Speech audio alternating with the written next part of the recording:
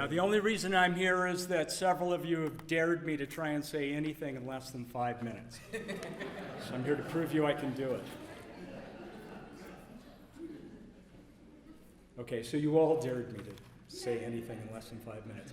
It's interesting to me to note how often I'm reminded that what we focus on eventually does seem to materialize. And what I'm holding here is an essay that I wrote that led me to win something called the Dalton Camp Award last year. I was flown to Toronto and given a medal and some money and a bunch of copies of my essay. And if any of you would like to read it, I have some copies with me tonight.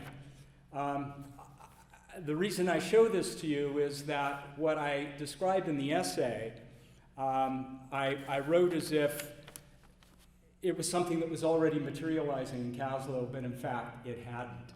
And I've been so busy since I wrote the essay, I haven't really had a chance to make what I described in the essay happen.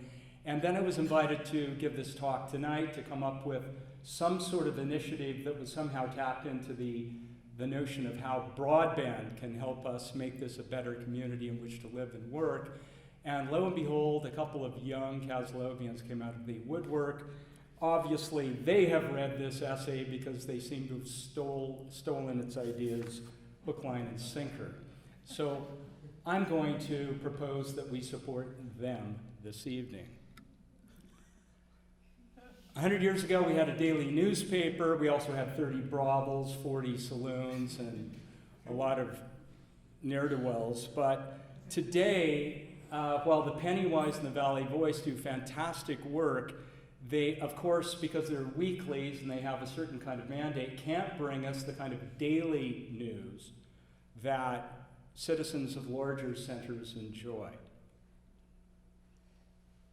I think that's quite important because we've heard a lot of exciting, interesting things tonight, and I echo what Jay said. It's extraordinary, the turnout that we see here. But how many of us do you think are in this room tonight? Think there are 100 of us here? Maybe? 1,000 people live in Kaslo. What is it, Linda? 4,500 people maybe in North Kootenai Lake?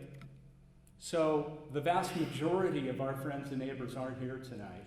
And the vast majority of them, despite our best efforts, are not going to hear what's being said and what is going to be discussed this evening. But if we had live media, they could and they would.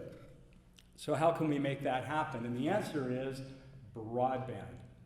Thanks to Columbia Basin Broadband Corporation, a wholly owned subsidiary of Columbia Basin Trust, and closer to home, Kaslo Infonet Society.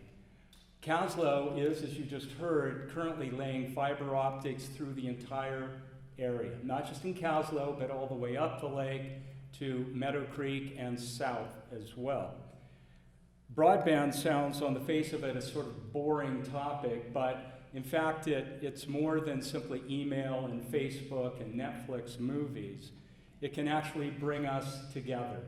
It can allow us to learn about ourselves. It can allow us to learn about the world around us, told through our own voices. And luckily, we now have the happy confluence of all of this fiber optic that's being laid and some bright, creative people in our community who would like to leverage that technology to create a new media hub in Kaslo. Imagine if we were able to carry the May Days Parade alive, or share information about local initiatives and issues as they happen, to showcase local talent and some of the cultural institutions that make this place so exciting to live in, to promote local businesses and support community economic development outreach programs like this one, to cover major events when they happen, to put us on the map, and to inspire us and keep us informed. All of this can happen. We've got the means, we've got the people. Here's $5,000. That money could buy connectivity, equipment, a web platform, could help pay some bright young people to run all of that. And before you knew it, Kaslo has a live streaming radio station. Kaslo can have a live streaming television station. Kaslo can have its own e-magazines, could even have its own e-newspaper.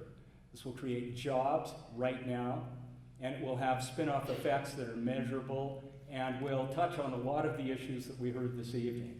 We can do it now, and I think we should.